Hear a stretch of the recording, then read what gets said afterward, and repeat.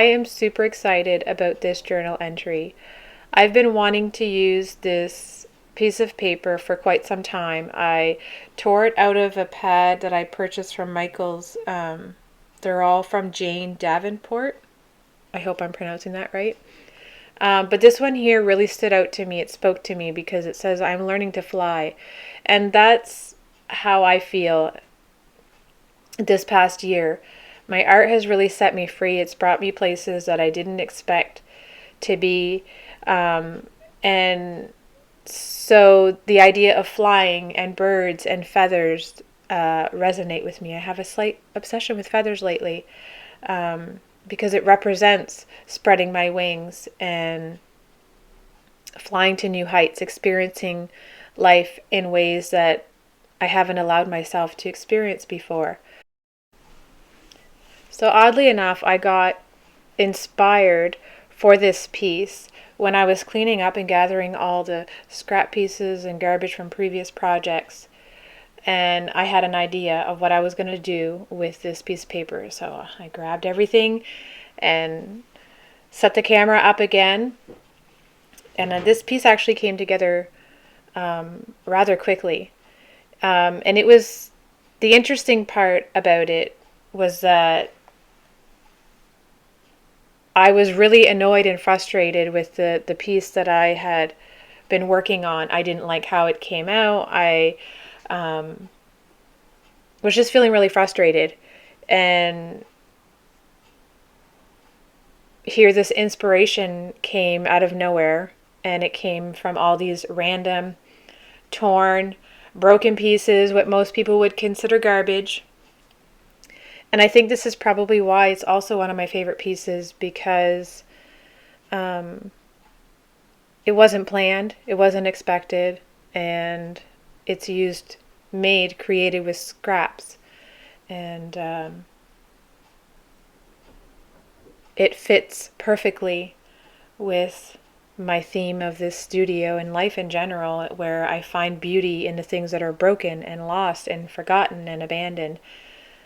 For those of you that have been here, you've seen my sign on the outside of the studio that says beautifully broken. And so this piece comes together. She's learning how to fly, and she is beautifully broken. So I just really love this piece. I'm using these little scrap circles that I had used to cover up a background in another piece. And then this hymnal has some torn pieces with paint that had spilled on it, and then I just put these random gold stickers on them. Again, at the time I had no idea what I was going to do with them, but I thought these could be used in a background for another mixed media project. So everything came together really quickly, and with not much thought or planning, which those are always the best ones, aren't they? So I'm just gluing everything down here with matte gel medium.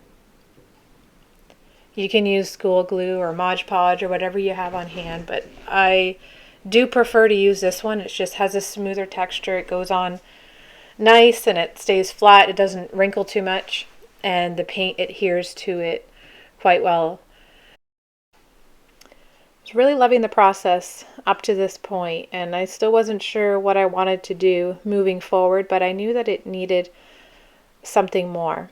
So I went and I grabbed some of my acrylic inks and my feather collection as well. Every time the kids and I go on nature walks, I'm always collecting feathers and pieces of bark and anything that I can find that has texture in nature that I can use either in a mixed media project or jelly prints or anything really. I collect all that stuff. So I played around with the feathers a bit, but nothing was standing out yet, so I decided to play around with the inks. I wanted to add some script to it, but I wasn't sure what I wanted, so I just wanted to practice on cardstock first, because the inks don't wipe off nicely like the acrylic paint does with the baby wipes. So before going ahead and doing anything permanent with the inks, I like to practice on a separate piece of paper before I commit to the script.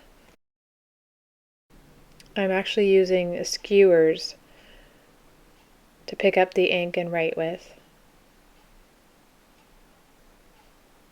I do have one of those calligraphy quills, but I don't know. I just like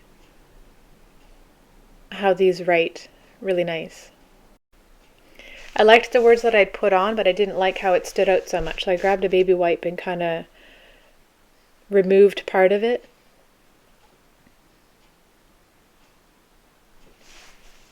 I think when you're doing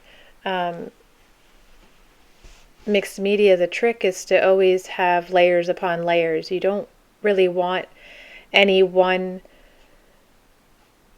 particular thing to sit on top of the other. If you can manage to put even a very thin layer of paint or anything, it just adds so much more dimension to your pieces. It really draws your eye up and around the piece, looking for those layers and trying to discover the mystery in this mixed media piece. So I just go back and forth with adding washi tape and stickers and stamps, and then going in with some white gesso to try to bring all those layers together. So I'm not going to talk through the rest of this video. I'm just going to let you guys watch the process and see how it all comes together. And I hope that you guys enjoy this piece as much as I do. And hopefully find some time and space for yourselves to create and experiment and learn to fly as well. So hope you enjoy, and we will see you guys next time.